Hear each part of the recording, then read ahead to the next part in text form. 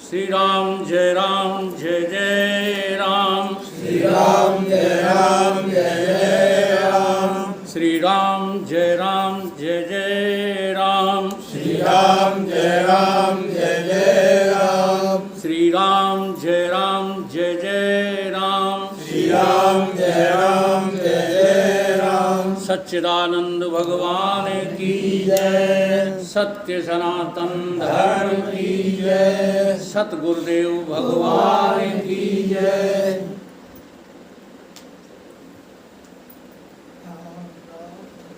मोह विपिन में कामादिक ठग, शांत निधि थे लूट रहे।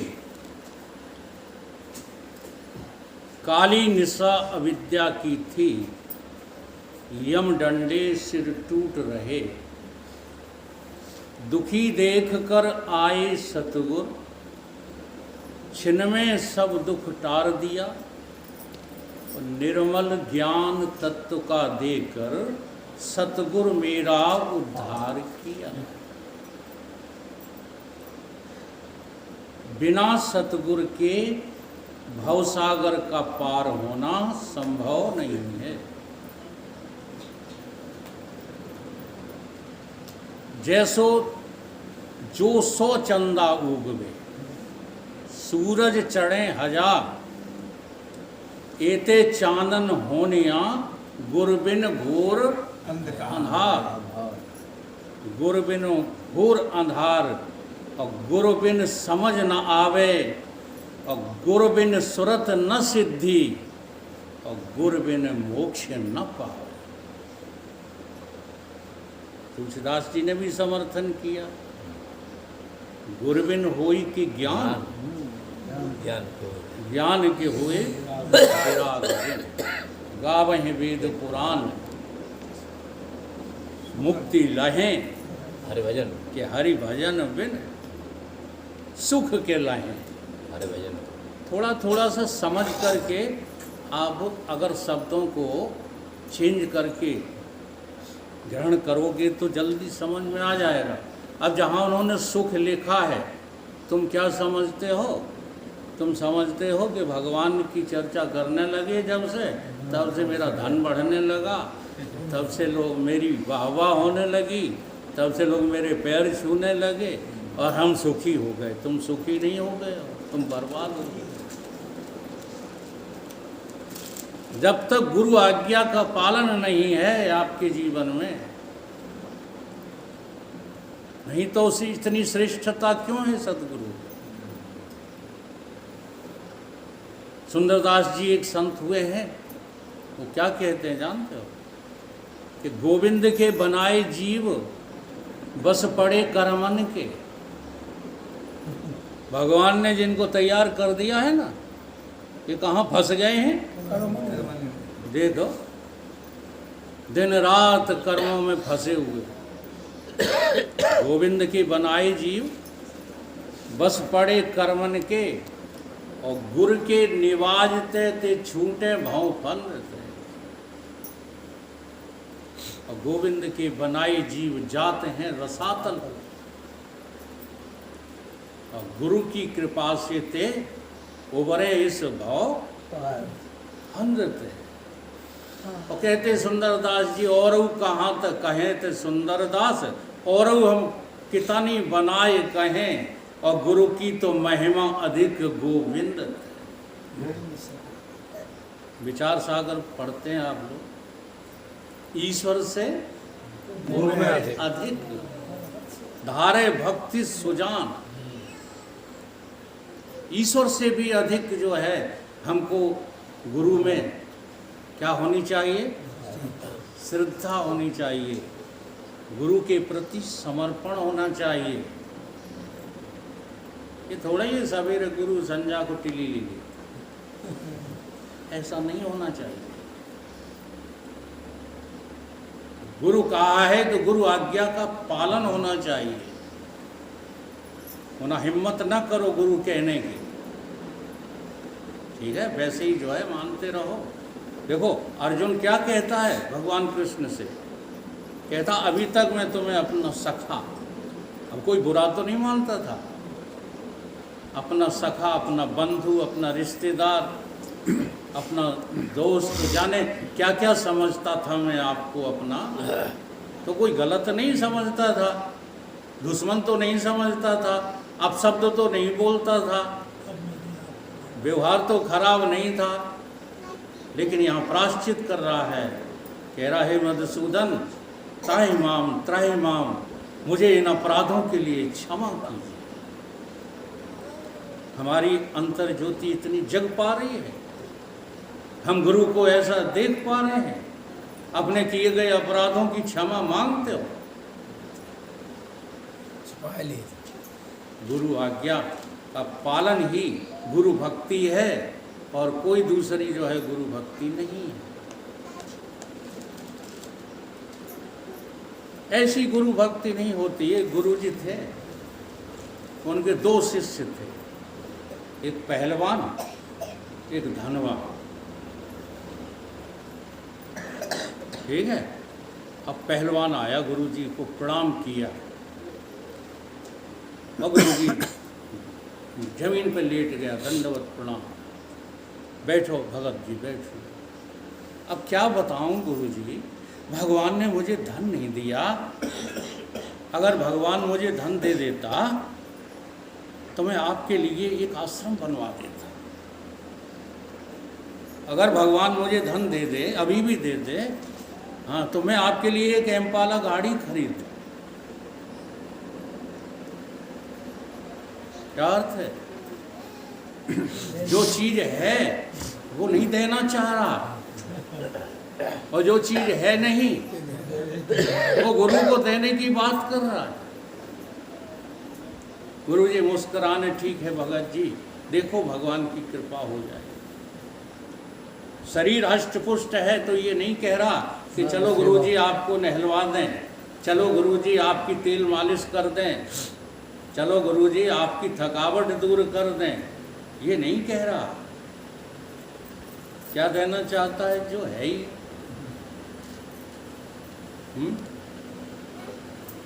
अब वो चला गया तो धनवान सेठ आ गया, मरा मराया रहे, मुंह में दांत नहीं, पेट में आंत नहीं, और धन का पार नहीं।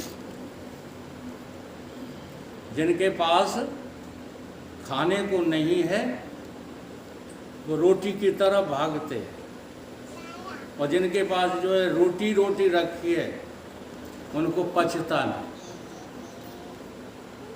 उनके पेट में ताकत नहीं, धन का पार नहीं है। आ गए, गुरु जी को प्रणाम किया। गुरु जी ने कहा बैठो भगत जी। अब क्या बताएं गुरु जी, बीमारी इतनी लगी कि हम तो कुछ शरीर से कर ही नहीं सकते, न तो हम आपके पैर दबाने लायक हैं, हाँ, ना आपके कपड़े धोने लायक हैं, ना आपका भोजन बनाने लायक है। हमें तो भगवान ने ताकत दी ही नहीं। गुरु जी मुस्कुरा रहे हैं, ये धन का क्या तू अचार डालेगा? तो आज की गुरु भक्ति ऐसी हो रही है, ये गुरु भक्ति नहीं है। गुरु के प्रति समर्पण का अर्थ होता है गुरु की नज़र पर नज़र लगाए रखो। हाँ? नज़र वाले की नज़र पहचानो कि ये हमसे चाहते क्या हैं। तुम वो चीज़ देना चाहते हो जो तुमसे चाहते नहीं, और वो कतई नहीं देना चाहते हो जो चाहते। और ऐसी ही गुरु भक्ति जो है आजकल देखने को जो है आपको मिल जाएगी सर्वत्र। ऐसी गुरु भक्ति चल रही है, वरना ये इतना कठिन थोड़ा ही है। भव सागर का पार होना पलक झपकने के बराबर है। और इसीलिए चौपाई विचार करना, प्रभु मुद्र का मेल मुख माही जल तलान। एक सेकंड लगा है हनुमान जी को, हमें वो हनुमान दिखते हैं, पता नहीं आपको कौन से हनुमान दिखते हैं।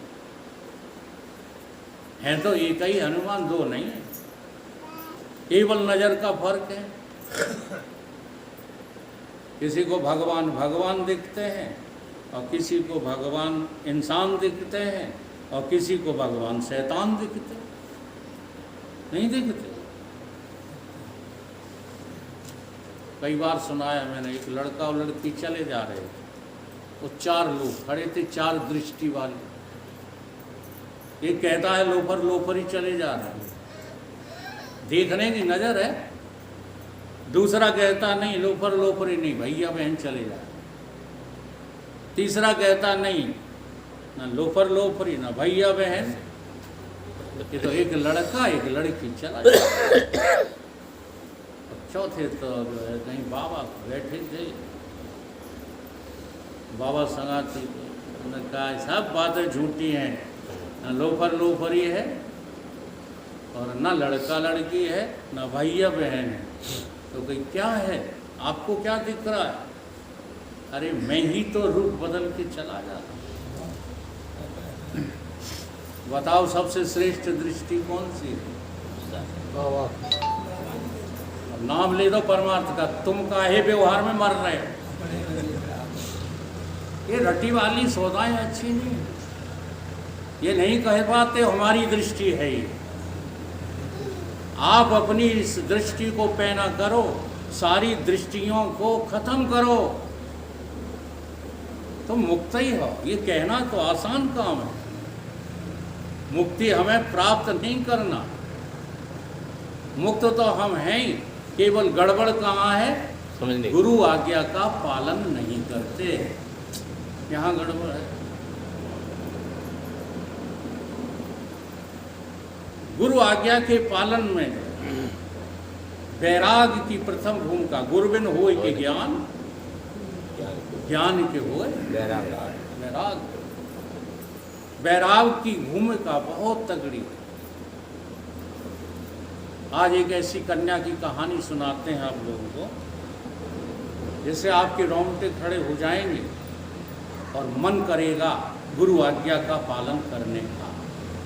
मन करेगा, फिर मन को भले ही तुम पलट लो। एक राजा था, उसकी कन्या का नाम ही वैराग्यवती था। वो गर्भ से ही जो है सुखदेव की भांति वैराग्यवती पैदा हुई थी। उसका नाम ही उसके लक्षणों के आधार पर राज जो है पुरोहित ने वैराग्यवती रख दिया। कहते हैं वो जब फूलों को देखती थी तो रोने लगती थी। वो कहते थे सुबह खिले, शाम दोपहर को जो है कल नहीं आज खिले, कल मुरझाए और परसों धूल में मिल जाए। फूलों को देखकर फिर कहती थी, जब हे फूल तुम्हारी ये दशा है तो काहे बार बार फूलत फूले, काहे को बार बार फूलते हो, मर क्यों नहीं जाते हो? आज फूले कल मुरझाए परसों धूल में मिल गए। अच्छा आप ऐसे फूल नहीं हो, होश करो, होश। बेहोशी का जो है घटका खाए बैठे हो, चिल्लाते रहते हो, समझते कुछ नहीं। पेड़ों से बात करती है वैराग्यवती, पेड़ों से पूछती है कि हे वृक्ष, तुझसे पत्ता टूटा है, वृक्ष से पत्ता टूटकर और दूर परोह जाए और फिर से मिलना होगा कि नहीं, धरण पड़ो है या ऐसा कुछ दोहा है। बातें करती है वृक्षों से, वृक्ष भी उससे कहता है क्या करूं बिटिया, मेरी बात सुन तू ध्यान लगा के। वृक्ष कहे उस पात के विषय में, जो पत्ता टूटा है उसके विषय में कहता है सुनो तात, मेरी बात भाई मेरे घर का नियम है, एक आवत है। हाँ, एक आवत एक जा। जा। अच्छा, तुम्हारे घर का नियम क्या है? आज जो तुम्हारे पास दिन है तो कल वो कल मिलेगा, नहीं मिलेगा। तो इस दिन का पूरा पूरा सदुपयोग क्यों नहीं करते हो? दुरुपयोग करते करते तो जीवन बीत गया। सुबह जगे, तैयारी करी, तैयारी करके जो है धन कमाया, शाम तक इकट्ठा किया, शाम को फिर रोटी खा ली। इसके अलावा किया क्या सारी जिंदगी बताओ? क्या मानव जन्म इसी के लिए? तो इतना वैराग्य उसके अंदर, इतना वैराग्य। तो राजा ने क्या किया, उस अपनी पुत्री को अलग से एक जो है मकान बना दिया। जैसे कोई आपके यहाँ साधु हो जाए और आपका घरवाला कोई जो है दया करके एक छोटा सा कमरा आश्रम बनवा, तो अकेली रहती है और बस अभी अज्ञानी है, लेकिन वैराग पूरा का पूरा है। वैरागी ज्ञानी हो जाए ये अनिवार्य नहीं है, लेकिन ज्ञानी के अंदर वैराग ठसाठस भरा रहता है। फर्क समझिए, जो भक्त होता है, जो ज्ञानी होता है, उसके अंदर राग द्वेष खत्म हो जाते हैं, वो वैराग संपत्ति का अधिकारी हो जाता है। लेकिन भक्त अभी नहीं है, ज्ञान को उपलब्ध नहीं हुआ है, तो वैराग भी जो है अभिमान का रूप धारण कर लेता है। मैंने देखा हरिद्वार में बड़े बड़े वैरागियों को उनकी अहंकारी भाषा बोलते हुए सुना है, मैंने देखा है। जगदीश हमारे साथ थे, तो एक साधु दूसरे साधु से कह रहा है, क्यों बे रोटियों के लिए साधु हुआ है, तीनों टाइम खाता है, मुतमुताता है, ये क्या बोल रहा है? उसका वैराग बोल रहा है कि वैराग का अहंकार बोल रहा है। अरे भाई, कोई रोटी के लिए बाबा हुआ हो तब क्या करोगे? वो तो खाएगा ही खाएगा। अब जैसे हमारे जो है भारत जी आ जाते हैं जब कभी, अब तुम उनको धुतकारने लगो तो ये अच्छी बात है? ये बाबा की जो है क्या सज्जनता होगी? नहीं। रोटी वाले को रोटी दीजिए, पानी वाले को पानी दीजिए, जिसको जो चाहिए वो दीजिए।